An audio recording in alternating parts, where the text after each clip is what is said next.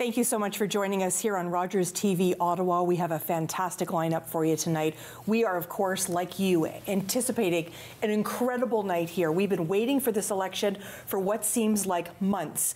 We know that this is an important election, the election, some argue, of our lifetime, a very important time in our community and in our country. I am joined tonight by three incredible guests. To my left, of course, Liam Daly's joining us, Alison Fair is joining us, and Chris Day. We're going to have various perspectives on what's happening in the local ridings. Tonight is all about local for us. Of course, we're going to be watching Canada-wide what happens, but we want to, of course, hear about what's happening in the ridings that you live in. We want to give you that local perspective. We're going to have reporters in the field as well, bringing that perspective to you as well. Well, let's get at it. We're waiting for some of those reports. We've been wanting to get on this show for a long time because, of course, it means it's election night.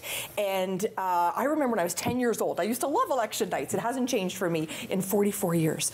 And I think tonight, many people are wondering, this campaign has been, it's been short, but it's also been really intense, and for good reason. Liam, give me your sort of sense of what this campaign's look like locally here. Certainly. Well, first of all, thanks so much, Sam, for having me. It's an honor to be here on election night with this esteemed panel. This is, to your point, been perhaps one of the most consequential elections of our lifetime, one we've been expecting for a long time. It was the longest minority parliament in history preceding it, and things that we couldn't have anticipated even 6 months ago. Donald Trump, the departure of Prime Minister Trudeau, and then into the campaign itself, you know, the polls being as close as they've been. Substantive debates about the future of the country, really substantive debates. Chris and I were talking about this earlier on healthcare, on energy policy, on trade policy, on how we diversify facing these threats from the United States. And of course, to your point, locally, having the two major party leaders here in Ottawa. I had the great privilege of my life, because for 60 years, every PM has been from Montreal or Toronto or Calgary. I was door knocking into Pean last week, and it's very interesting to knock on the door and be like, hi, I'm here on behalf of your local candidate, the Prime Minister. Right. Very interesting and substantive stuff. It's really interesting. And honestly, Alison, if you were going to write this, it's got every single element you would want. And we're just looking for that ending tonight. Right. And we thought that was actually going to start a long time ago, right? You know, who knew that 37 days now since the start of the campaign, we would be where we are. In January, we all thought this was going to be we had written a different story. Very much. And then, I mean, actually, I think we did in December. And then January changed, and then it changed for big time when Trump started. And that storyline just continued, and we have seen that momentum going right across the whole city, the country, from coast to coast to coast. And if you were to write the story, I don't think we could. I think you could easily say that this was a thriller right to the end. A thriller, absolutely. Right? And I'm looking at Chris Day, because we have done countless interviews over the years about what's really happening in terms of the Conservative Party. We've talked about, does Mr. Poilievre appeal to women in this country? Is what happened during the convoy, did that come back to haunt him in this particular, in this particular campaign? What's your read on this campaign? Well, that's something that we're absolutely going to have to watch for across the country. Nobody wins elections in Canada without winning with suburban women. And so we'll see if we can see some of that in the results tonight. I think that's a really important call out. I know that there are a lot of folks who are, pinning their hopes and dreams on a change in government tonight, and so there will be a lot of people who are hoping for that, and there are a lot of people who will be watching and saying, "Whoa, not for me," right? And that is what this has really come down to. Man of the moment versus the guy who wants change. And that's been the battle for the ballot box question, and it's the answer that we're going to get from Canadians tonight. And locally, it's going to have some really important consequences, no matter who wins, for the public service, for the future of government in Canada, and of course that has implications and ripple effects here in Ottawa. It also is, and I want to pick up on Liam's point, this is the first time that Ottawans have had the chance to elect the Prime Minister directly. Not since Sir John A. Macdonald have we had a prime minister from Ottawa. But to have both party leaders running in Ottawa is remarkable. And side by side. And side by side. Yeah. Like, you couldn't write this stuff for movies. Right. No. in terms Nobody of would its believe fit. it. Right. Nobody would believe it. Right. And nobody would believe the numbers that we saw come out of those advanced polls. Not only the Easter Bunny came, but Canadians came out absolutely and cast their ballot on that 4-day advanced polls. We saw huge numbers come out, 25% higher than 2021, 7.3 million Canadians, and then we know, of course, the mail-in ballots as well. What do you think that did for this campaign, Alison? Oh, I think it was a huge momentum. I think from all of us that we would describe, when we heard what was potentially going to be the window for the campaign, we were like, oh, Easter weekend, this could be a downfall for voters. But along with the fact that you had a Friday off and most people had a Monday off, it was the perfect opportunity for people to go out and cast their ballots. And you saw that with the lineups. And like, I had colleagues who were waiting hour and a half. And that wasn't just here in Ottawa. That was right across the country. And that was just on Good Friday. It petered down a little bit on the Saturday and Sunday once people had things to go, places to be. But Monday, it was back up again. And to see the record number, 7.3 million across Canada, and then you look at Carleton, which is my riding, and your riding. Yes. We had the highest voter turnout in all of Canada. We also had the highest amount of candidates as well. Yes. But, you know, it's a great sign. I think it shows democracy at its best. And we're going to find out tonight if that momentum at the polls on the advanced polling continues. For sure. And we're going to be bringing you those results as we see them. We know the polls closed just minutes ago. So as we get those results, you're going to get those results. You're going to hear them as soon as we do. We want you to stay with us and hear all those important results. Can we talk about this ballot in Carleton for a second? Please. Because it was very long. 91 names, and when I went to go vote, this lovely elderly lady was showing me how to fold it up, and I thought she's done her work this weekend for sure, because she was exactly, it would look like origami for sure. And you pull out that ballot, and you know there's a reason that was done, but boy did it confuse the whole issue in terms of voting in Carleton riding. And that's the reason it was done. Exactly. Right. Yeah. And you know, I really think that's something Elections Canada is going to need to look at next time, because you know, you have a long list of candidates that have exactly the same returning officer that doesn't live in the riding at all, doesn't live in Ottawa. That should be a red flag, and I think we have to look at something on that front going forward. Absolutely. And let's talk a little bit about, you know, Mr. Carney, for all it's worth, he was parachuted into that riding. We know all of the controversy that came with that. He's not able to vote in his own riding. He voted earlier, you know, in the Ottawa-Vanier riding. But what do you think it was like for, you know, for constituents to hear that it was going to be someone that wasn't shopping at their grocery store, that didn't have their kids in Little League in that community? What do you think that did for constituents in the riding of Nepean? I'm sure if there was any initial skepticism, I think he worked hard. I mean, obviously, when you're a party leader, they did 101 events in 36 days, but he made sure to go back for his office opening. I think he's, you know, committed to being a force on the ground there. It's not too far from his own residence. I think that, you know, as someone who has had to grow as a politician in real time for the nation, he has had to do so for the folks of Nepean, and I based on my personal experience, or speaking anecdotally here, of course, lots of red signs, lots of people very enthusiastic that they had the current Prime Minister, my bias showing here, hopefully still the Prime Minister at the end of the night, representing them here in the city. And I have to say, I think probably this particular election, Alison, and I think many of us feel that way in Ottawa, and Chris alluded to it earlier, this is the first time we've had this, you know, right next door, to have two leaders running so closely, Carleton riding, Nepean riding, that this was really an opportunity to get a sense of what it's like to try and be in the riding and try and be all across Canada. That's hard to do. You cannot be in two places at once. So talk to me a little bit about that, because there's a lot of criticism of, oh, we never see him in the riding. He's just sending, you know, from both sides, he's just sending representatives representatives. He himself is not in the riding. How do you think that impacts? I think it impacts a lot. From the riding of Carleton, yeah, no one really saw Pierre. We haven't seen Pierre in the riding for, I'd say, 5 years, even more so when he became leader. Same thing, you got the criticism of Carney being parachuted into that riding. I think it does take a kind of moment for a lot of voters in the ridings, but you also have to understand that they are giving up a lot for the opportunity to A, represent their party, and B, trying to be the Prime Minister of Canada. So you kind of have to, it's kind of that yin and yang. Do I behold him for, doing the highest public service level there is, or do I reward him for, being in my riding and doing what is necessary for my riding? So, yeah, I think it comes to whatever you're feeling comfortable voting for.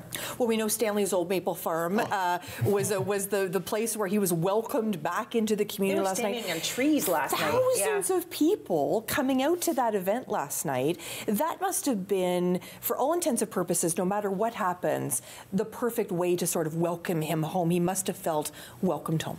Well, and, I know a lot has been said about rally sizes over the course of this campaign, and we won't go there necessarily. Right. But one thing that these rallies have really hit home, according to conservative campaign sources of mine, is what they really have glommed onto and are pinning their hopes on tonight, is that these rallies have brought out people who have never voted Conservative, who have never even voted in some cases, who are non-voters, whose views are rarely, if ever, captured in national polls or by pollsters. So they're really hoping that the energy and the effort that goes into organizing these large events translates into those people casting ballots for the first time for their candidate. And that is something that if they can do that tonight, and I know a lot of people are very hopeful about that right now at Rogers Centre, downtown Ottawa, and they're seeing some returns come in and they're very positive about that. They think that they've done exactly that they've convinced or enticed a whole generation of voters to come out and vote perhaps for the first time. And that's a really exciting prospect in communities across Canada. For sure. We see Rogers Centre there, a buzz tonight, getting set up, of course, to hear some of those results. Of course, Pierre Poilievre has his headquarters there tonight. We do have reporters standing by as well, and as we hear results, we will be going to them. Listen, there's no two ways about it. We know that the NDP, let's put it nicely, has had a rough campaign, may lose party status tonight. Walk me through your thoughts on that, Liam. Well, I think, yes, I don't envy the position that Mr. Singh finds him in presently. There were a couple of seats that, Halifax had been a long-time stronghold for the NDP under Alexa McDonough, later Megan Leslie. They were hoping to win that back, has not shown up on the big board. Mr. Singh's own seat has come under a scrutiny. He, of course, ran 2 different campaigns. At the beginning, much like Jack Layton, he was positioning himself to be Prime Minister, asking for a full mandate. Then, as it never came along, as the polls never narrowed, it shifted to let's save the furniture. Like we, the minority partner in the Supply and Confidence Agreement, achieved these great things: dental care, pharmacare. We were the ones that brought the goodies to the table. It's incumbent upon you to ensure that New Democrats remain in the House, so that we can hold the Liberals to account if they succeed. I thought he acquitted himself well in the debate. I thought, I've always had something of a personal affinity for him. He's a very sincere individual, but I don't envy the position the party currently finds itself in. And he, Mr. Singh really did find himself in such a tragic situation in Vancouver, having just left the Lapu Lapu celebration and seeing the tragedy that unfolded there.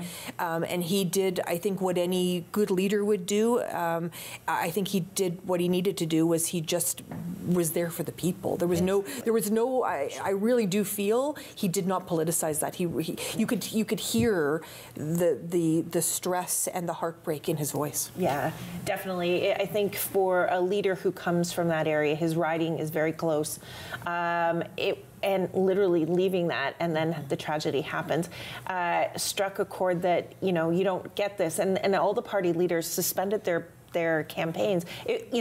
Typically on the last day of a federal campaign, it's that last hurrah, and you didn't get that. And so it'd be interesting to see if it translates into any other votes for Mr. Singh because of his proximity to that and how close. And he did, within a couple days of the last bit of the campaign, talk about an incident. Like, he has been notified by the RCMP that, there are security details, and that they should not do X, Y, and Z. There have been threats against his wife, his family. He has decided to continue to go forward. Yeah, so really important. Yeah. We're seeing some preliminary results here come across the bottom of the screen. We'll be following all night. We'll be bringing those local results. As of right now, we know, of course, Eastern Canada closes before the rest of the country. And we're seeing right now some party results coming in. We've got a shot there of Mr. Carney and his wife, Diane. This is a live shot of Mr. Carney also watching those results come in. We see the Liberals leading there with 52, the Conservatives at 38. The Bloc at 11, and we know that that's a very important number for them to be at 11 right now. NDP sitting at 1, and the Green Party sitting at 0. Does these early results say anything to you, Christe? I think it's way too early to pull anything necessarily from these results. We'll see how they evolve over the course of the night for sure. I will say that I did note the projections for Central Ottawa were, a wash in red, which is really something for the NDP because provincially they just won. They did. Ottawa Centre and Ottawa West Nepean handily, like big time margins, and for them to not be perceived as being able to translate that into success, despite having all the same campaign teams in place. In many cases, a lot of the same canvassers, etc. That's going to be something that I'm watching for tonight in the Ottawa Centre, Ottawa West Nepean races, because that's where they should have some strength locally. I don't know that it's going to translate into that. And their ground game is so strong. There's people in campaigns that say, I'm going to come out. They come out. That NDP campaigns in those two ridings are very strong. Compared to the rest of Ottawa. Yeah. I mean, I don't think we can say that for the Carleton riding or any other riding, you barely see the NDP. Again, this has been a battle. This federal election is a battle between the Liberals and the Conservatives. 100%. And that you're seeing it in the candidacies across Ottawa. But those two ridings, like Joel Harden, he has been gunning for that riding since he decided to leave provincial politics, right? So recall, he got into the provincial legislature by beating Yasser Naqvi in 2018. Correct. So, I mean, this is a big rematch. Yeah, and that riding has flip-flopped between Liberal and NDP. But Paul Dewar, the late Paul Dewar, held it on for so long. So it'll be interesting to see if Hardin can grab that vote.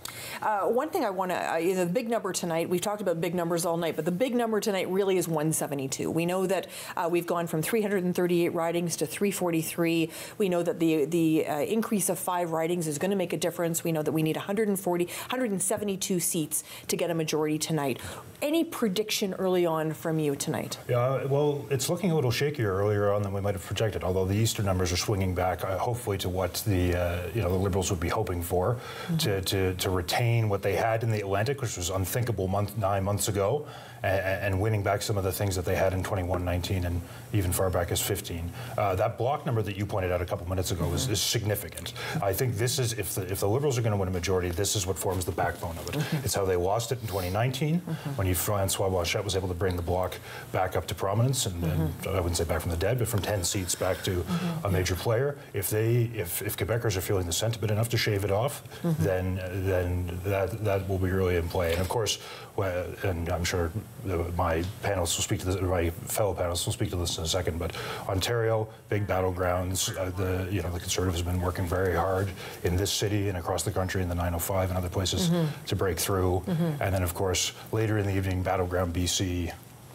For sure. Going back to the bloc, I think it'll be interesting to see how much of the Trump factor plays in Quebec, because Trump, it has always been Quebec sovereignty. We're talking about Canadian sovereignty here.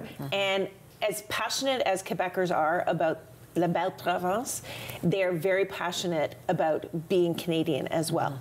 And it'll be interesting to see which one they decide that they're going to go to. And we're seeing it flip-flop between 10 and 8 right now. Again, still too early, but it'll be interesting to see. Very interesting to watch. We're going to head to the field and see where we're going right after this. That's a Conservative. I'm Anil Jolly, and I am here at the Conservatives gathering headquarters here in downtown Ottawa at the Rogers Centre, and it is an optimistic and exciting scene. There are people clapping in the background already. There is a stage behind me where the Conservative leader is expected to appear and speak later, but of course we're going to have to wait to get those results in, as the riding of Carleton has 91 candidates this evening, so it's going to be a while. But the time has come for Canadians to make the decision, and the wait is finally over. That's Anil Jolly joining us from Pierre Poilievre's headquarters. He was saying an optimistic feeling there, Chris, in the room, and you're starting to seeing that as well, some internal polling indicating that they're feeling pretty good tonight. Well, certainly, you know, the map in Atlantic Canada looks pretty blue. Large swaths of Newfoundland and Labrador, some key ridings in Nova Scotia and New Brunswick that Conservatives were really hoping to hold or to gain from the Liberals, and to emerge from Atlantic Canada with what looks like a gain of a couple of seats is a big deal. You know, there were some people who were talking about a red sweep again, a la 2015. That doesn't look like it's happening. So for people who are looking at these things, you know, at central campaigns, they're looking at Atlantic Canada numbers, and they're probably thinking, these aren't where I might have wanted them to be or expected them to be.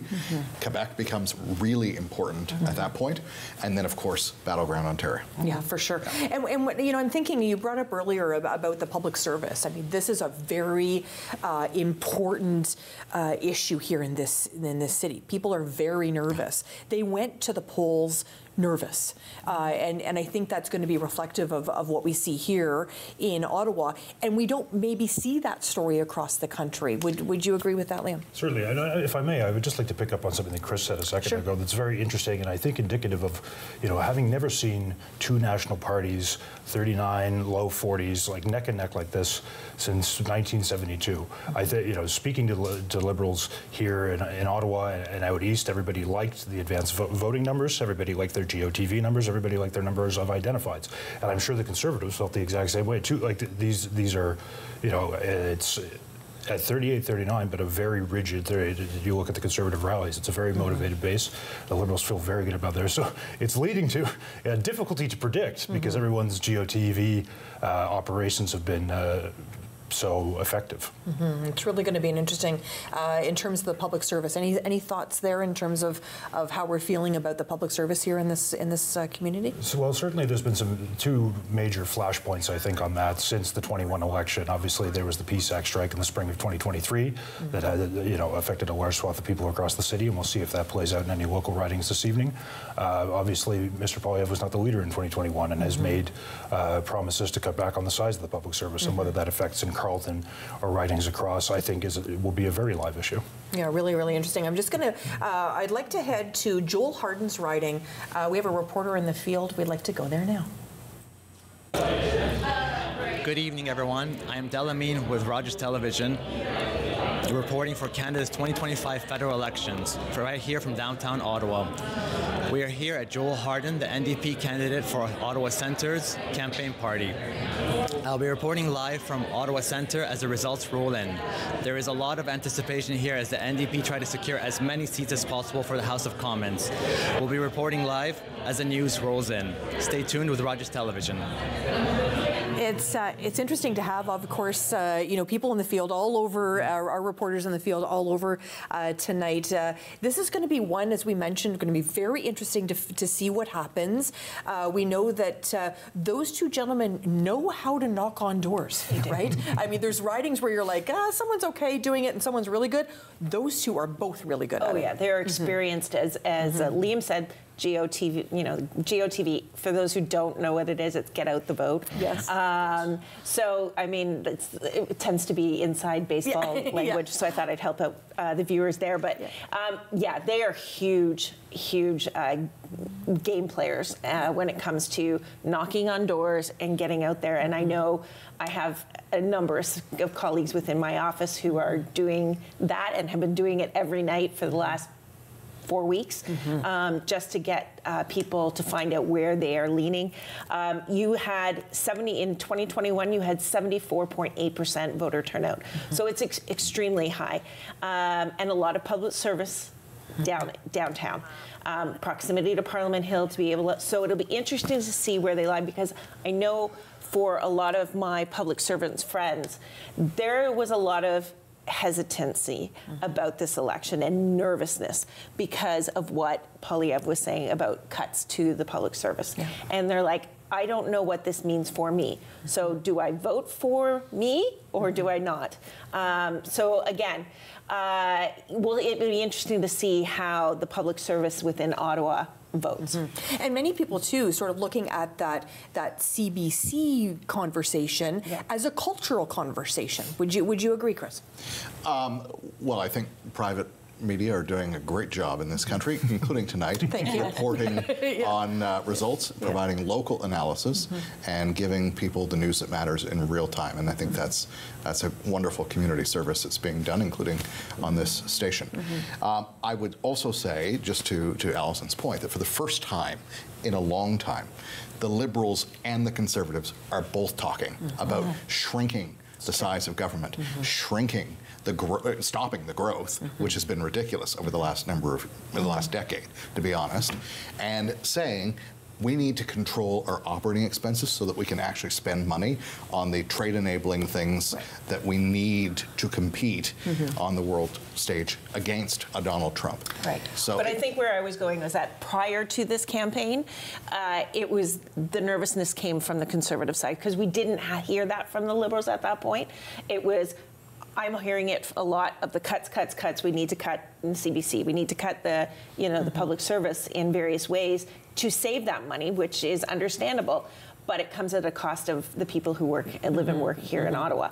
But we are, it is both parties at this point. We'd like to check in with the one and only Shelley McLean. What's Shelley up to tonight? I'm Shelley McLean. We are at the Marshes Golf Club. This is the watch party for the Liberal incumbent Jenna Sudds. We have a fairly quiet room right now, but it's expected to build up as the night goes on. This riding is made up of most of Canada as well as Bell's Corners. 5 candidates that are vying to be Member of Parliament for the riding, including Greg Kung for the Conservatives. He is a full-time paramedic and also served as a senior advisor to finance ministers, former finance ministers Jim Flaherty and Joe Oliver. Jennifer Purdy is representing the Green Party. She spent 23 years as a member of the Canadian Armed Forces, and after that she opened up a medical clinic in Canada.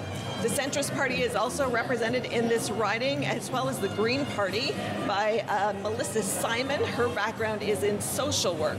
And finally, of course, Jenna Sudds. She is the incumbent for the riding of Canada. She was first elected in 2021. She served as Minister of Families, Children and Social Development, and prior to that, she was a member of Ottawa City Council. So the crowd is still pretty quiet right now, but we are expecting more people to trickle in as we start to see the polls close and the election results come in. That's Shelley McLean coming from Jenna Sudds' riding. Really interesting, Jenna, how she came into that riding and now this election. Talk to me a little bit about how she's kind of, performed, if you will, in her ministerial duties. Certainly. Well, I mean, obviously, as you said, 2021, it was a bit of a nail-biter out there. She didn't get in by a huge margin. I think she's worked very hard to redress that in the time that she's been there, both as having made it into cabinet, having had the Families, Children and Social provincial development file, and now remaining the lone representative of Ottawa in cabinet after Mark Carney made changes. I think she's worked very hard on the ground there. I think something that Liberals will probably be breathing a bit easier about tonight that's happened between the last federal campaign and now is that her predecessor in the role, Karen McCrimmon, of course, has held on to won back the riding provincially and then held it in the most recent campaign. Do you think having the provincial election and the federal election so close together, did that sort of galvanize teams, like, especially if they won, you know, like, okay, we just did this, can we do it again? Do you think that really helped sort of say, okay, let's go team. It's not going to be, we're not going to be pounding the cement in the snow. We're going to be doing it in the spring, and let's pull together. What do you think? That's a really good question. I think probably Chris and Liam can speak to it more, being in the political atmospheres there, but I think the momentum was there. But again, you also have to be wary about, is there voter fatigue? Like, I just did this in February. Good point. I want to do this again. So it'll be interesting to see how that plays out in right across Ontario per se. But in terms of Canada, Jenna Sudds has a formidable opponent. He's been working his ground game extremely well. Greg Kung, and actually, probably Chris, I think you might have worked with him at some point. He was an advisor with Flaherty and Joe Oliver in the finance department. He's got some good financial chops that could pair up very nicely with Carney in terms of his financial background. Yes, they didn't have a great win in 2021, very close, but they have had high voter turnout in that riding. Yeah, I'd have to say Ottawa has high voter turnout. Per se. For sure. We only have about 30 seconds because I want to go to in the field again, but I want to hear your thoughts on that. So Greg has served as a full-time paramedic for the last number of years. Yep. He has knocked on 22,000 doors in the last 2 years. He's working his tail off to try and win this, turn this riding blue, and win it tonight. We'll see where that gets him. But to knock on 22,000 doors is an achievement. And I think it kept the Liberals on their toes in Canada. Yeah, really interesting. We know that Mona Fortier was knocking on some doors too. We're going to head to her headquarters now. Hello, everyone. I'm Catherine Marion, and I am right here on the Byward Market at Mona Fortier's watch party. Now, she's not here just yet, but the place is starting to fill up. There's a few more minutes left until the polls close in Ontario, and then we're going to start seeing some more numbers, and that's what we're going to expect Mona, and we're hoping to have a moment to chat with her before the night is over. Stay with us for some results and some fun interviews. Lovely to see Catherine Marion representing today at Mona Fortier's ward. You live in that ward, right? Ottawa, Vanier, Gloucester. Right. Yeah. So you live in that riding, and so what's the, because I mean, I got to tell you, I feel like I needed to take a time off to have all the people that were coming to my door. Was it like that for you? So for the first time in a long time, I saw signs that were other than red, because Ottawa, Vanier has been a Liberal-held riding since Confederation. Right. Zero drama. Right. Usually. However, this time there was a very, very energized Conservative candidate. Signs everywhere. Interestingly, not just on public property, on private property for the first time in a long time. And the very single piece of campaign literature that we received in our mailbox was from Team Blue. So just one, like Liberals. NDP, Greens, PPC. We had one person drop something in our mailbox, and it was a Conservative candidate. Really, really interesting. I just wanted to update everybody here. Liberals right now leading 101, Conservatives at 76. The Bloc at 16, which we've talked about a few times. That's going to be a very important number because we know that, of course, achieving a party status is going to be key for them tonight. NDP holding on with 2, but we haven't headed west yet, so we'll watch that number very closely. Green sitting at 0. We know that this is going to be a very, very tough campaign for the Green Party. I want to ask you, so what riding are you in? I'm in Ottawa Centre. Okay, so have you received a lot of campaign materials? Have you received those knocks on the door? I have, from both. I live in a condo building, and I think, and one where the elevator walks. So funny enough, I think there's partisans of every stripe in the building. I received a Conservative flyer under my door. Yeah. I dropped my own building last night. Right. And speaking a bit to what Alison was speaking about before, it's the sign war is all over the place, and there is a lot of holdover, specifically in Ottawa Centre. From I can speak personally to the Thomas Simpson campaign and now the Yasser Naqvi campaign are direct microcosms of each other. The same slate of volunteers working it, and I'm sure that's very true with the Catherine McKenney and Joel Harden teams. Really interesting. Now we're in the same. We're not in the same community, but we're in the same riding. A huge riding. Huge riding. Yeah. I know it basically goes all underneath and around Ottawa. Like Yes. it's quite an. I'm surprised they even expanded it. It's probably the with size of riding. Edmonton or something. Like it's huge. Yeah. So I had a number, and I'm a new community, so I've only been there a few years. Yep. We did have a number of knocks. We had lots of literature. How was it in Riverside South? Oh. Non-existent. What? I had only one. Really? And that was Mr. Fanjoy, who came to my door and actually has, as you said, the CPC candidate, Greg Kung in Canada, Mr. Fanjoy has been working his butt off for 2 years. When he got the candidacy in Carleton, he has been working night and day, knocking on the door. So I saw him before I moved out of Manotick and then moved into Riverside South. And again, he was the only candidate and only piece of literature that I had in Riverside South. It's feeling like Christmas morning here because we're starting to get those local results from Nepean. Of course, only one poll reporting of 229, but you can see Mr. Carney leading there, which probably isn't a surprise as we get early on, but we're going to be following this race really well. I want to speak as well about Barbara. This is somebody that I got to connect with a lot because we seem to be on the same speaking gigs. I was asked to speak, Barbara was asked to speak, and we would be seeing each other a lot. Talk to me a little bit about her, because I think she's somebody that also has worked very hard. What a phenomenal and special candidate she is, and she has been working her tail off as well for the last 2 years. She was endorsed by the Ottawa Police Association, as were the Conservative candidates in this area. She has a track record of public service, and I think in any normal time, she would be probably on top of the vote count right now.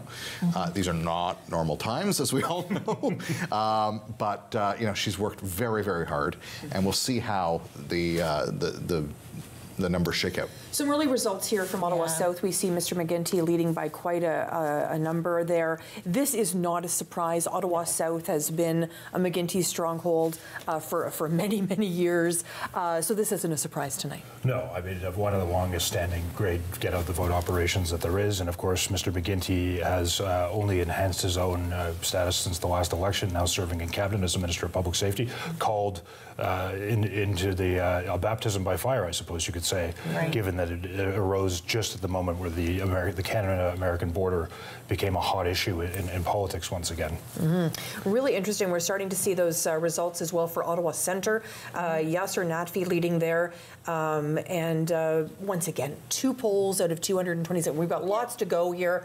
But I think if you look at Ottawa South there with McGuinty's riding, how many votes he already has in the little number we have, tells you how that riding is going to go. But I do have to commend Mr. Turner on his ground game. The signs, and signs really don't, you know, aren't a real indicator of a riding, but his sign game, top notch. If you were like me, I take the LRT line 2 every day. He's got a sign up that says "Vote Turner" right at the airport parkway there, and they've done incredibly well. And I will add, and he's been working his butt off for 2 years as well. And I will add, because you know, I did all of the debates for the provincial election. I only was able to do a couple because I was traveling for the federal election. But he was the only federal candidate, Conservative candidate, to attend a debate. And we know that for whatever reason, I'm looking at you, Christe, the Conservative candidates do not want to come to these debates. And I think it's odd to me. Is that a strategy, do you think? Is there or what's behind that? I mean, it depends on the campaign. It depends on the realities on the ground. But you know, in this instance, you had one of the shortest campaign, well, the shortest campaign you could possibly have, and you know, campaigns locally get dozens and dozens and dozens of requests sometimes to show up at all candidates' debates. You have to pick and choose, right? You could spend an entire campaign and not knock on a single door, to be quite honest with you. So conservatives typically like to go out and knock on doors, and that's literally go knock doors. That's like I try not to take it personally. I try not to take it personally. Can I get to that point too? And maybe Chris, you can provide some. The other thing that the Conservatives did this time around, and again, it was part of the strategy, was not talking to media. Blair was probably the little one that did, but Conservative candidates within Ottawa refused to do a lot of media interviews and speak to that, which, again, I don't know if that's for the betterment, because, you know, right now, getting your voice heard, and especially we have some amazing local journalism initiatives in this city. Not speaking to media, I'm not sure was the best strategy for the Conservatives in terms of Ottawa or the nationwide.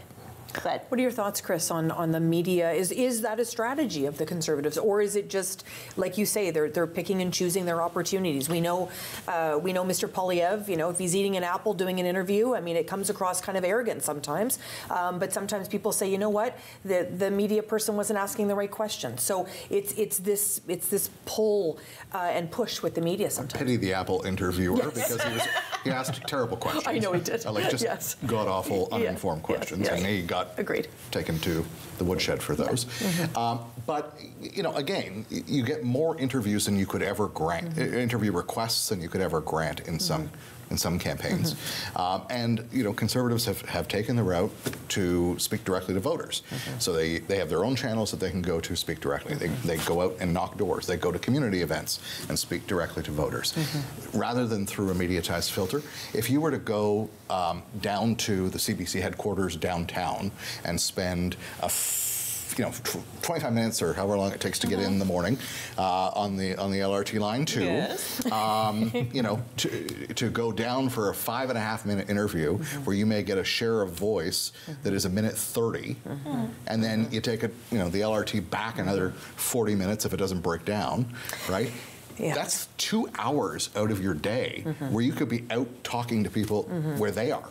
And talking to them directly. So that's the calculation often in these things. And, there was so much in that answer. I loved it. I loved it because there is a good point in that. I mean, as you know, I've done tons of interviews. People do call in. Some people do like to come in. So I do think there's a lot in that. But I do think there's some people that think, are they hiding something? Do they not want to be in front of the cameras? Every candidate on the ballot has put their name on the ballot because they're out there trying to run for something they believe in. And so every candidate is going to try and go out and find the voters that are actually going to vote for them. And sometimes, you know, speaking to the CBC, sometimes speaking to other outlets is not the best way to do it. They'll do their community weekly newspaper. They'll do community television. They'll find ways to get to the voters that are actually going to vote for them, as opposed to spending all of this time doing things citywide that really have very little, if any, electoral return.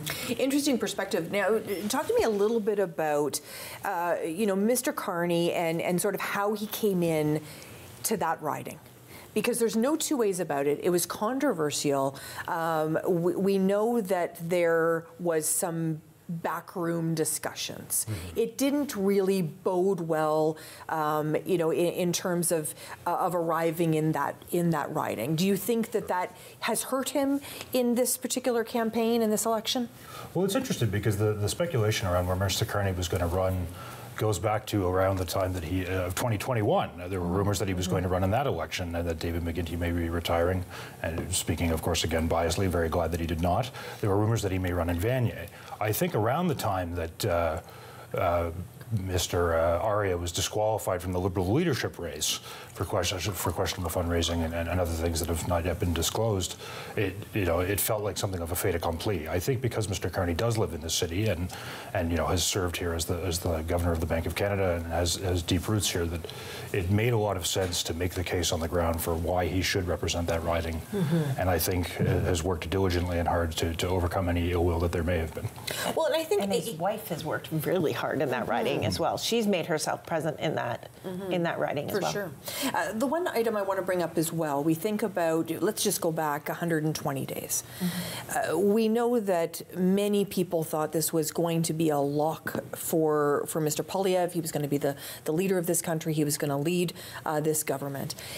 In steps, a Liberal candidate with a lot of economic experience.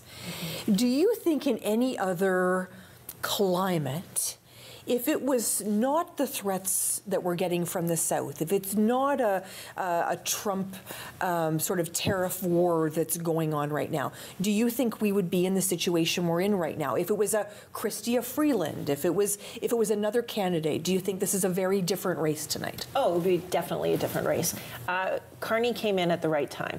And it's funny because if you would have asked me that question in December, before Chrystia Freeland made the move she did, I actually was telling my colleagues, why is he even thinking of running? Why are they, because of his resume, and thinking, what are they why would he put himself in this position where he is going to be the shortest prime minister for the time and then lose? And that's all I kept thinking was, look at his resume. Why would he even think that? But now we've got a different story. Thank you so much, Alison. We're getting word that we are hearing that it will be a Liberal government. We don't understand at this point. We haven't heard any results yet to indicate if it's going to be a majority. We're watching, obviously, very closely. Ottawa West Nepean. Now, we haven't talked about this riding yet, Chris. This is a really important riding. Anita Vanderbilt leading right now. Once again, there's only 5 polls reporting right now, but at 387. Ryan Telford, the candidate in that particular riding. Talk to me about Ryan. So Ryan has been working very hard as well for the time that he's been the candidate. This is a riding I know particularly well. I grew up in it, and my former boss represented it for a number of years in the House of Commons in John Baird. So this is a riding that is really a very interesting one in that it's almost a bellwether riding. It tends to go where the government goes. Not always, but often. In the provincial campaign just passed, it elected an NDP MPP massively, and a lot of that's a formidable ground game that Chandra Pasma has in that riding. So, Anita, I think, is facing a bit of a challenge. Was facing a bit of a challenge in terms of getting door to door. Ms. Vandenbelt, that is, and she seems to be having pulled it out right now, at least leading. I will say, my mother, who still lives in the riding, has not seen any candidate. Interesting. This time around. Interesting. And so tisk tisk to the candidates for not hitting my mother's street. She wanted to hear from you. There you go. We're sitting right now looking at the results from Canada. Once again, really early results, but we're seeing a slight lead there from Jenna Sudds. We spoke earlier about how hard Mr. Kung has worked in that riding as well, and you can see the work has paid off, certainly there. We're sitting at 137 Liberals, 101 Conservatives, 21 for the Bloc. Now, this is going to be a really interesting story in terms of the Bloc, because it will affect, and that might be the deciding factor if we have a majority government here. Talk to me about that, Liam. Well, someone had pointed out a week ago that the Bloc is kind of always comes in waves. They either have the most seats or second most seats in Quebec in the low 30s or the 40s, or they seem to drop down to 4 or 10 seats. So to see them holding at 21 is interesting. That may be enough seats, down from the 32 that they had going into this campaign. I'm sure the Liberals are getting in a grin at those numbers if they hold, without having seen what the regional breakdowns are. In 2021, we saw Yves-François Blanchet was looked like he had lost a step going into the debates. He reinvigorated the campaign to the point that was made earlier, because a lot of Quebecers see themselves, are feeling the patriotism and the border issues and the ballot question much more strongly. It looks like it may be posing challenges, although, as Chris put out as a misnomer earlier, it may be too soon to say. It's going to be really interesting to see what happens there. We know that Mr. Blanchette was very, I'm trying to think of the right word, but disappointed, I think, with the end of the conversation that ended up coming out regarding the conversation between President Trump and then Prime Minister Mark Carney. Didn't feel like he got the whole story there. Alison, what do you think about sort of how Mr. Blanchette has dealt with that in the last coming days? Yeah, it'll be. It's a good question, because I think what Quebecers are very passionate about their language, and it'll be interesting to see if that played in that. But again, this goes to an earlier conversation, is how effectively did he do in the debates? How did Blanchette do in the debates? Because then when he got into the English debate, it was really kind of like, why are you here, right? Even though there is a large speaking population in Quebec. But I'll be very interested to see how Carney's French does have an effect in Quebec. But I should say, he has been improving. Like, anyone who speaks French, if you're not using it for a while, when he was the governor of Bank of Canada, his French was immaculate. He hasn't had that opportunity to speak a lot of French. So he has increased it in the last 37 days. We'll see if it continues, should he get the mandate to And it's really interesting. We know that there's a projection right now that this will be a Liberal government. Whether it hits a majority or not, that's still to be seen. We know results are coming in, and these are all being hand counted. We have to remind everybody too. Provincial results were quick as bunnies, but we are certainly a little bit slower here because people are working really hard at those polling stations, getting those results. So good on them for working really hard to do that. But the bottom line is at the end of the day, we're going to have a new leader in this country. And what do you think, Chris, is the first thing that, if we are seeing the results as we're seeing them right now, that Mr. Carney needs to do to unite this country? So that's a great question, because it will be a deeply divided country. I think some of the things that we have seen in this campaign have been very divisive. It's been between the boomers and the zoomers and the stalwarts, the party stalwarts, and the never voted community. And I think you're going to see a lot of people who said, this was a time for change, or conversely, this was a time for us to come together and elbows up, right? Either way, you're going to have distinct segments of the population and almost, equitable numbers of people, because it's two parties facing off that are really fighting for this thing right now, who are going to be like, I didn't want that person, right? Regardless of who wins, right? And you're going to have other opposition parties in complete disarray as they find new leaders and go off to, into their own soul searching to find out how their vote collapsed as badly as it appears to have. So I think it's going to be a very difficult time. I think if this is a minority government, we're in for a very difficult few months. Agreed. Yes. I was thinking the exact same thing. Two things that I want to note, and I know the three esteemed panelists have probably noted it as well. We haven't got results from Carleton yet, and that is because there are 91 candidates on that particular ballot. So we're watching very carefully, and as soon as we get those results, you will get those results. Another thing that I want to take note of, and we're just, of course, the graphics there sharing the different ridings and who's performing well. The latest that that we've heard is that Joel Harden has dropped to third in that particular riding. Now, there's only a number of polls reporting. Typically we're sort of seeing between kind of 5 and 15 polls reporting, but it is of note because we did think that that was going to be quite a fight there, and we've actually just seen him increase. So this is live elections, everyone. So we see that he's up to second again. But this is the kind of thing I love about elections, by the way. How about you, Liam? Actually, to the point that you just made, Paul L'Ourson's the Conservative candidate in Ottawa Centre, has a lot of signs, and it looks like he's been door knocking a lot of neighbourhoods. I knocked his building at one point, and fortunately he didn't answer the door because he too should have been out door knocking, and clearly was. So that's an interesting result to see for Ottawa Centre. For sure, and I'll just make note, we have seen that David McGuinty has been re-elected in Ottawa South. I could have predicted that one. Allison, how about you? I think so.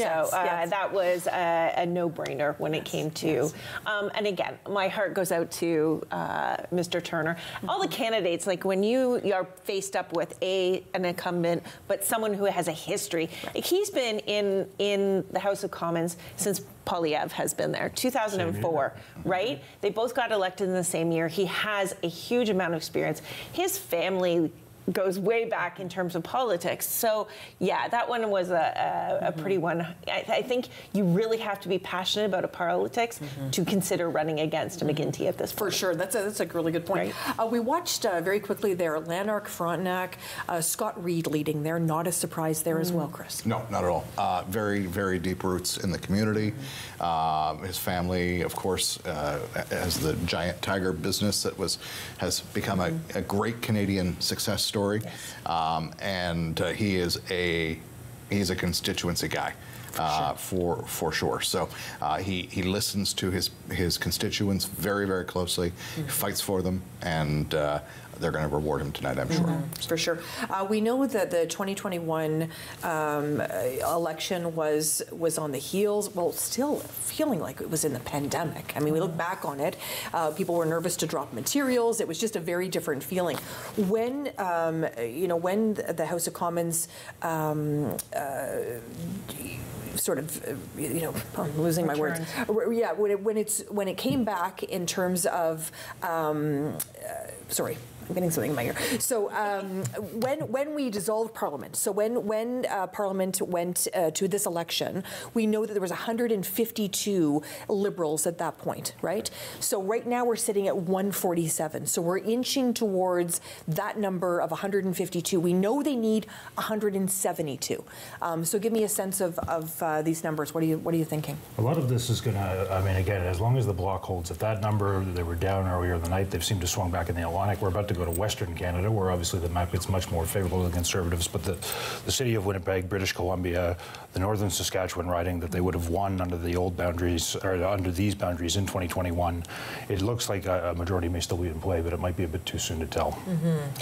We are hearing that Mr. Natvey has been elected in Ottawa Centre. We're going to watch the graphics come up here to see what the numbers are so far. This obviously only a certain number of polls have come in, but obviously the science tells us that he's going to be once again successful in Ottawa Centre. And there we are there with 3140, Joel Harden sitting at 987. That Conservative candidate, and we talked about this, I mean, that would be surprising to many people, knowing that Mr. Harden has served in the provincial government there. Allison, is that a surprise to you that we don't see a tighter race there? Yeah, I'm actually quite surprised that the NDP does not have more votes out there because of his legacy within politics in Ottawa.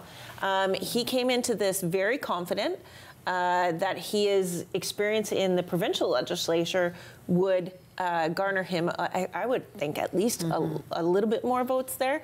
But again, Ottawa Centre has been Liberal for a bit, and I'm and Yasser has quite the following in Ottawa Centre. Liberal for a bit federally. Yes. Literally, exactly. they just sent Catherine McKenney to the provincial legislature with 55.7% of the vote. Right. So that result, I think, is a real verdict on the very poor NDP federal campaign. And if I may add to that, Yeah, of course. I'll probably get in trouble with my New Democratic friends for saying this, but I think that Catherine McKenney is a more impressive politician than Joe Hardin, and I think that when he elected to leave the legislature to run federally, it was in the fall of last year when the NDP numbers were looking a lot more favorable. Yeah. So I thought this rematch would be a lot closer, but I'm sure that Yasser's feeling good tonight that he got to scratch the 7-year itch.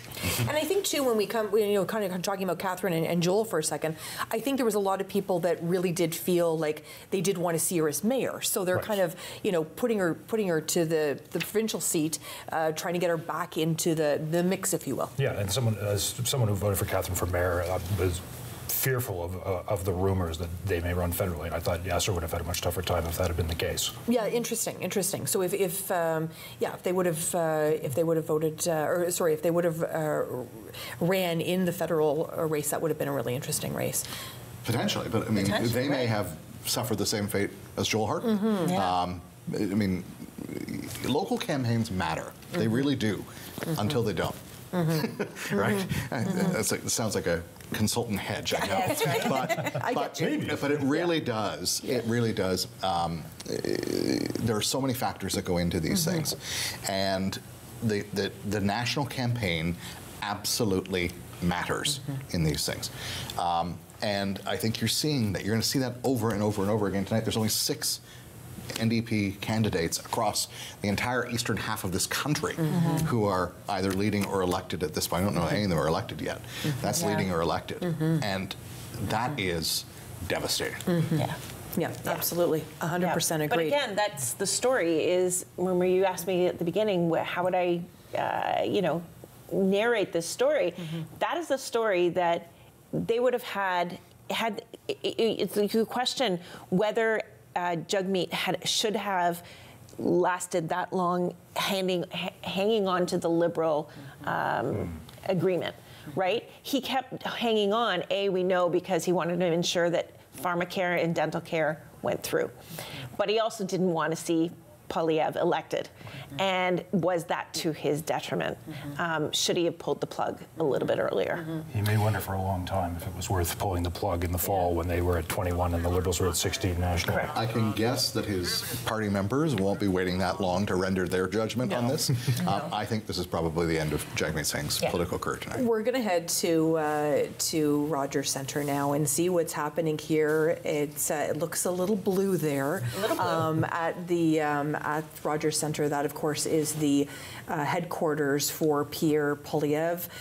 We see, a live shot there of people. This isn't the cheering I think they were hoping to have, Chris. This wasn't the night that they were looking for. Well, they're probably also making their way back from Carleton at this point, right? Or from the outer ridings where they were really deploying a lot of resources to make sure they got out the vote. It's still relatively early. For folks that are just coming in, and obviously an early declaration doesn't help either. Right? And I should say insider baseball, but knowledge that I have from people on the ground there. There was a little bit of mix-up at the Conservative headquarters of timing of when people should come, when they could be invited. So there was a little bit mix-up there. There was mix-up on registration and who was coming in there. So there was a little bit. Based on what I had heard, that there was a lot of disorganization at the Conservative headquarters that may play into the fact that that's why we're not seeing a huge turnout right there at the moment. But again, to Chris's point, Pierre is in the Carleton riding. We have not seen any numbers from Carleton. Actually, we're just getting some. Are we just getting now? But again, on the board. But that is going to they opened up the early counting, the early votes, the advance voting. Much earlier than this afternoon, 3 o'clock this afternoon. They gave them the opportunity to start counting because of what we know that.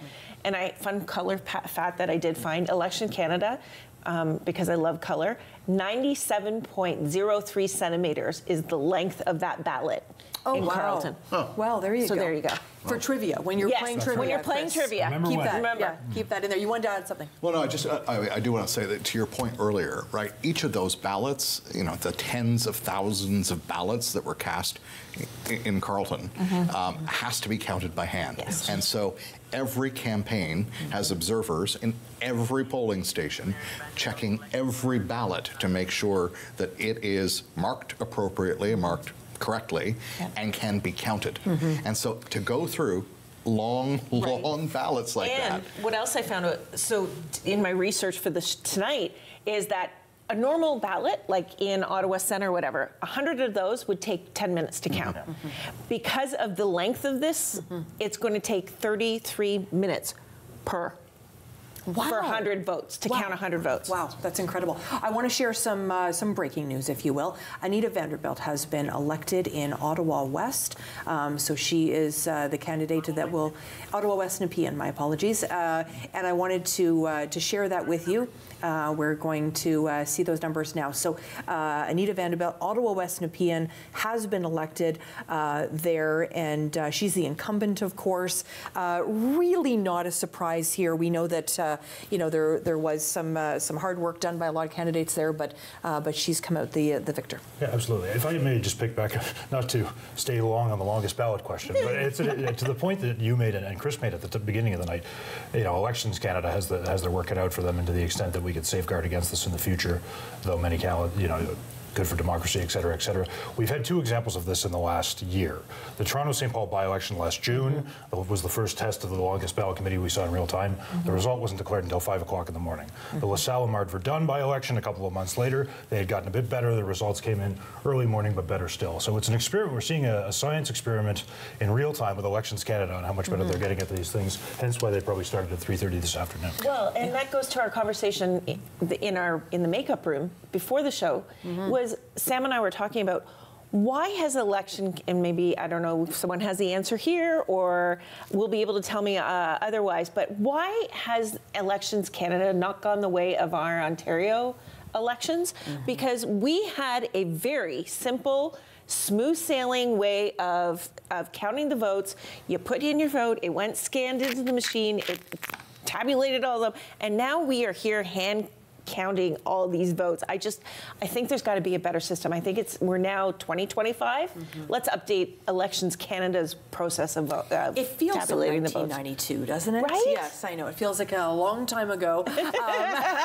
And I'm sure technology will catch up eventually. Maybe in our lifetime, Chris. And that's the key right there. Is that in vast ridings across the country that struggle to get decent cell service, frankly.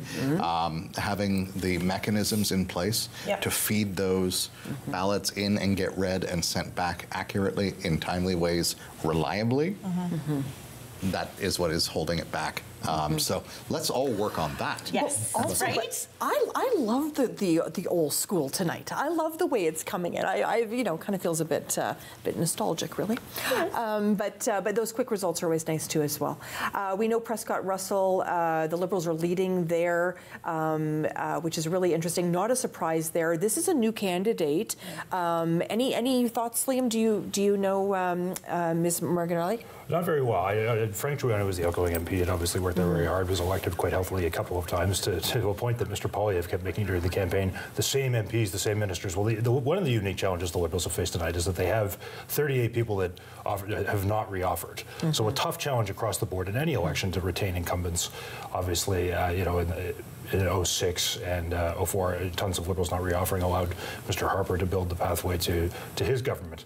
So, a good sign for the Liberals that a riding like Glengarry Prescott Russell is holding at a time like this. I mean, they had Cumberland added on this time, which used to be part of Orleans, and then Ottawa Orleans before that. Very reliably Liberal red, so I think that's helping in this context. But certainly, Mr. Drouin was a very popular local MP for a long time, and was one of the ones that chose not to run again and keep that decision, because there were a lot of Liberal MPs who said, "I'm out. I want to spend more time with my family, and wait. Numbers change, and I'm back in. So there we go. One thing I'm interested to know is do you think that Yasser Naqvi, Chris, do you think Yasser Naqvi will get a ministerial role at some point? He hasn't seemed to get the nod. He certainly had a big role in his provincial seat. Do you think he'll see any sort of movement towards a ministerial role? So we'll see what the numbers end up being at the end of the night. Dissolution, 13 of 14 local ridings were Liberal. And so, Mr. Naqvi is up against a number of caucus colleagues for those jobs. At one point, the cast of Canada AM had more people in the cabinet It's so true. than the city of Ottawa. Yeah. However, I would say that there's probably a couple of folks now who are in cabinet and who want to stay in cabinet, in Steve McKinnon over in Gatineau and David McGuinty in Ottawa South. How long have you held on to that little nugget to use? Oh, it's not my first time using it. I love it. I'm glad you brought it here today. Yeah, well, then you got it the same one again. Like Ottawa, or was it Toronto Centre? It was Marseillan, right? Well, we're just swapping out We're CTD people. Yeah, for sure. I wanted to share some news with you, breaking news again. The leader of the Bloc Québécois, François Blanchet, has been elected in his riding, which is probably no surprise as well. We are watching very closely Lanark Frontenac, Mr. Reid, of course, leading there, which is no surprise, as we spoke about a little bit earlier. That tends to be blue country, if you will. Canada, we haven't had any declaration there. 28 out of 237 polls reporting there. Jenna Sudd's leading. Greg. That number says a lot about Mr. Kung's ground game. Greg Kung leading there, or sorry, not leading. Greg there with over 1,300, or over 1,500 votes now. So that's an interesting turn of events there. 156 right now sitting for the Liberal Party. We know the number is 172. Did you wake up this morning, Liam, thinking 172? Was that your number you woke up thinking about? It's certainly. I felt, well, maybe because I'm a deeper cynic than some of my friends, but I was at a bit uneasy. But I think there were great indicators through the campaign. Mr. Carney's favorables went up during the campaign. It felt like he had framed the ballot question appropriately. A lot of people felt that way. It felt like the momentum in the city, certainly along the local campaigns, was trending that way. But there's always a creeping doubt because, as I said earlier, I think Mr. Poilievre's framing of his own issues and the high polling numbers that they had, there was always a bit of an unease that it may track close as it was in the early part of the night. It's ticking up towards 2021 numbers now, but the Conservatives are up 10 seats from where they were in 2021. Right. So we have some breaking news that we want to share with you. Mark Carney has been elected in the riding of Nepean. So he, of course, came into that riding. Also, some breaking news for you. Mona Fortier has been elected in Ottawa, Vanier, Gloucester. That's not a surprise either. So some really interesting conversations going on tonight regarding who had a really strong campaign. I think about those candidates. I think about Barbara Ball. I think about Ryan Telford. I think about Bruce Fanjoy. I think about these candidates, Joel Harden, that worked really, really hard. They worked hard, and I really have so much respect for anybody that puts their name on the ballot. Can I just say that before we go any farther? Yeah. Allison, give me your thoughts on that, because I just have so much respect. Yes, I mean, you think about, you put your heart and soul, and for a lot of these Ottawa candidates, they have been going door to door for 2 years, way before this election was even thought of. And the heart and soul of their campaign has been, in the case of Mr. Fanjoy, it was himself for the longest time before, we knew that an election was coming, and then, the Liberal teams, came in and to help him. Same, I'm assuming with Barbara Ball's campaign. She had a pretty good ground game. She did. Yeah. But the thing is, they've been working so hard, and you've got I think that's probably why I could never go into politics, is that you work so hard and then it could be just done. Yeah. And I will say, and this is the last thing I say about it, but I think when you run as a candidate, your family runs, your friends run. It is you eat, breathe, sleep. It is just I have so much respect. Total. What's Mr. Trudeau doing tonight, Christe? What do you think Mr. Trudeau's doing? Well, that may be a question for our good friend Liam. I want to know what you think. I think that Mr. Trudeau is living in his new place in Rockcliffe, probably watching these results with his family in a way that he's not been able to in 3 elections. You know, he left probably thinking that he could have delivered a result like this tonight. I think Canadians would have spanked the Liberals and disabused them of that notion had he stayed on. But in early January, he made that call to step aside and to let someone else lead the party. It was their only hope to do what they're doing tonight. And so if Mr. Trudeau is in Rockcliffe with his kids watching us, you know, feel good, buddy. Hello, you did a good job. Sure. You did the right thing for your party. So. And let's put it this way: tomorrow he can be a Canadian Tire, right? So I mean, that's what he did the morning after he stepped aside. The plastic spatula or the potato masher. Right.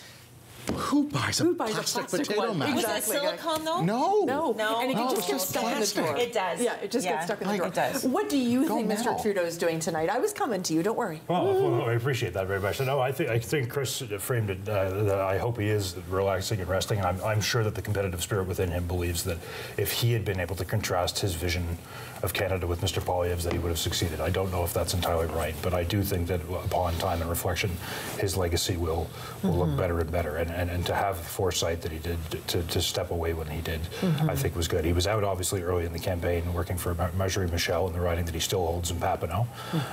But I think that it's a wild shift in the last 3 months, because obviously this was a campaign that by all accounts he really wanted to run until it became too daunting to. And I'd have to say I give him kudos for keeping quiet over this campaign.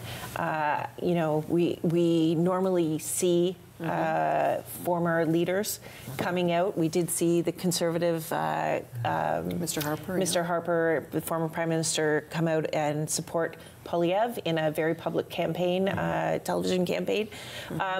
You didn't see that from Trudeau, and I think that was a smart strategic move.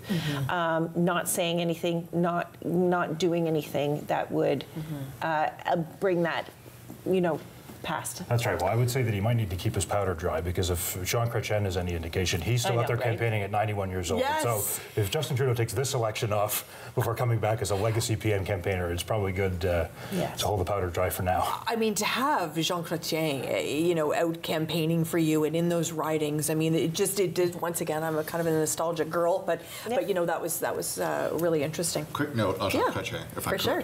I saw him in a public place the other day, an atrium in an office tower in downtown Ottawa, and he goes into work at that office tower still every couple of days at 91.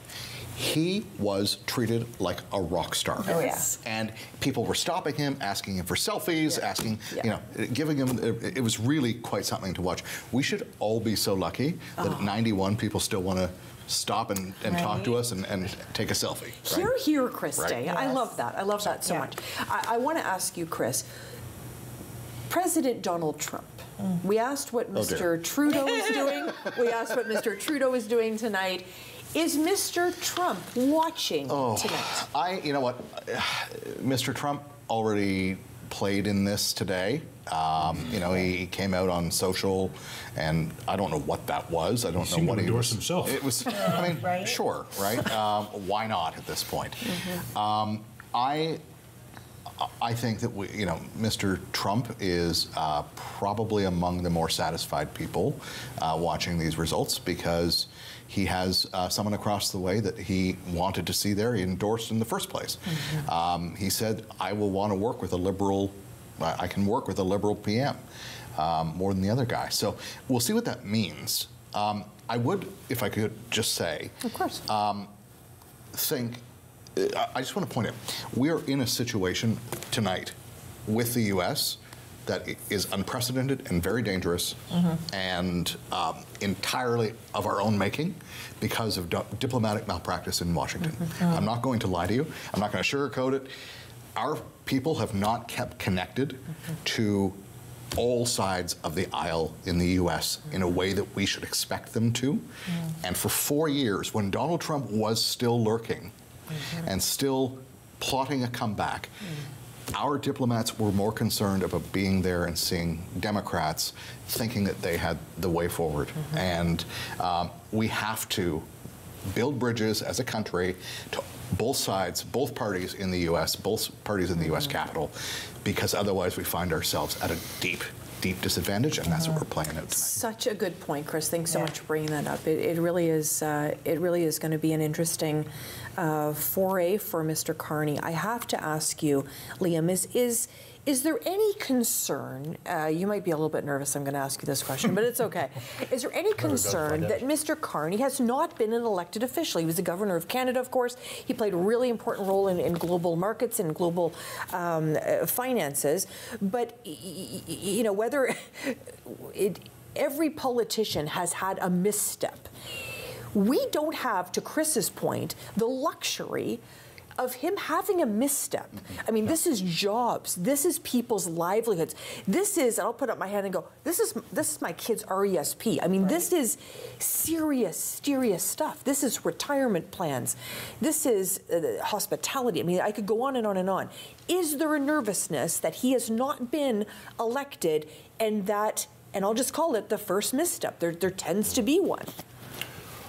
Well, I think that they framed the ballot question on that very issue, is who is best to deal with Donald Trump, and God forbid that any of us ever have to do it. I think he's demonstrated that he is the man for this moment, that he does have the capabilities of doing this given the role that he's played on the global stage before. I think a lot of people, someone pointed out earlier in the campaign that, you know, Pierre Poilievre has been a politician for 20 years, but could you ever teach him to do what Mark Carney had done? Mark Carney's been a politician for 6 weeks, but they would take his experience over it.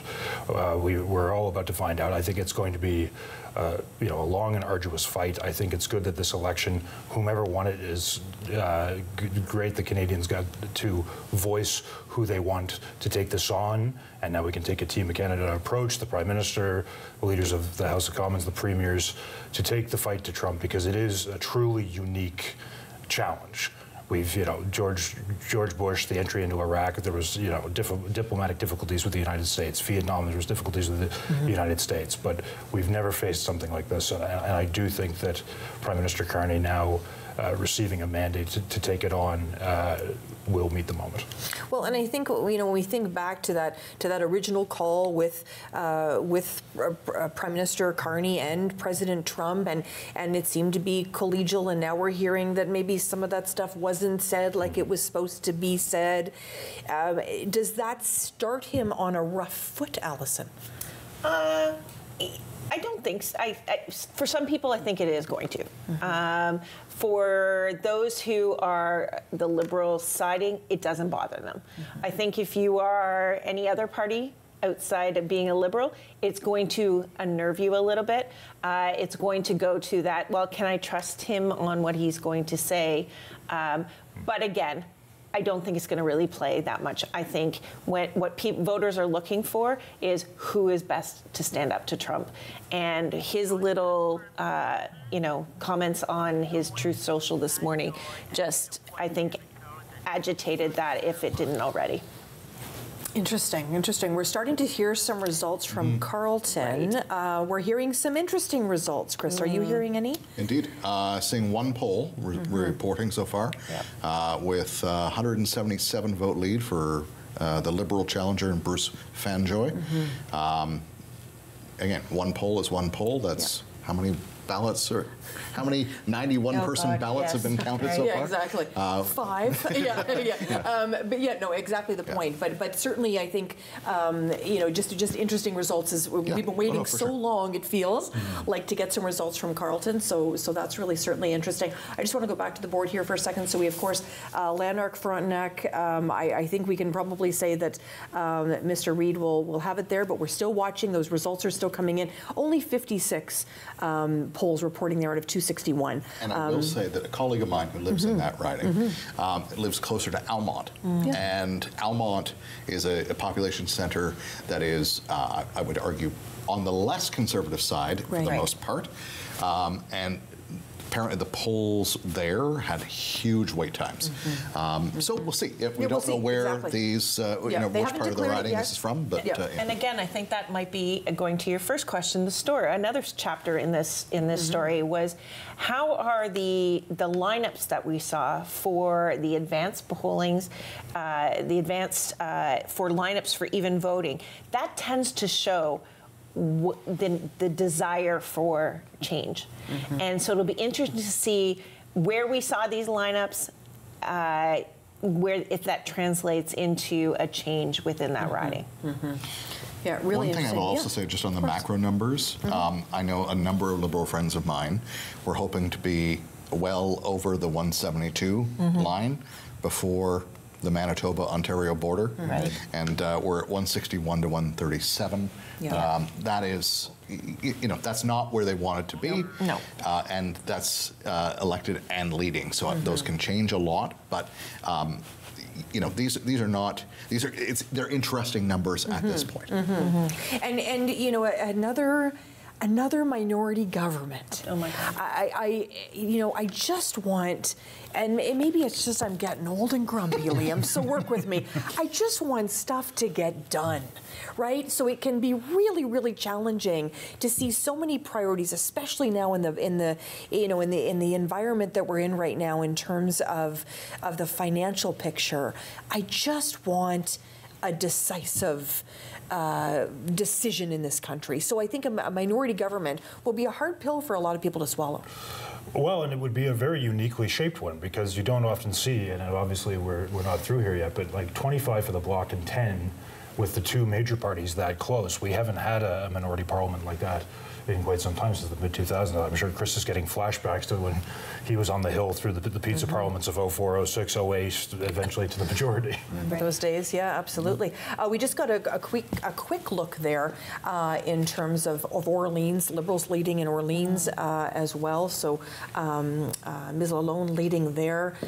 We know, of course, just to repeat for those just joining us, David McGuinty, of course, has been elected in Ottawa South. Not a surprise there. We know Yasser Natvi has been elected in Ottawa Centre. We know Mona Fortier has been elected in Ottawa Vanier Gloucester. So really no surprises here as of yet. Anita Vanderbilt, of course, elected in Ottawa West Nepean riding. Not a surprise there as well. So we're seeing the numbers fluctuate a little bit. Prescott Russell, Cumberland has not been called yet, but certainly an interesting race happening there. Brand new candidates in that race. Just a point of interesting note there. I did their debate, so they're really great debate between them, which was wonderful. We're seeing, once again, just one riding in Carleton, but Mr. Fanjoy at the top there of that riding. We're going to be watching that, obviously, very closely. Jenna Suds leading there in Canada, just 55 polls reporting there. Lanark Frontenac, my dad used to work in that riding. Scott Reed working hard in that riding as well. And Mr. Carney. Mr. Carney sitting there as the candidate, and of course the victor in this case in a Nepean riding. Madame Lalonde leading there in Orleans. So just a little bit of a recap there.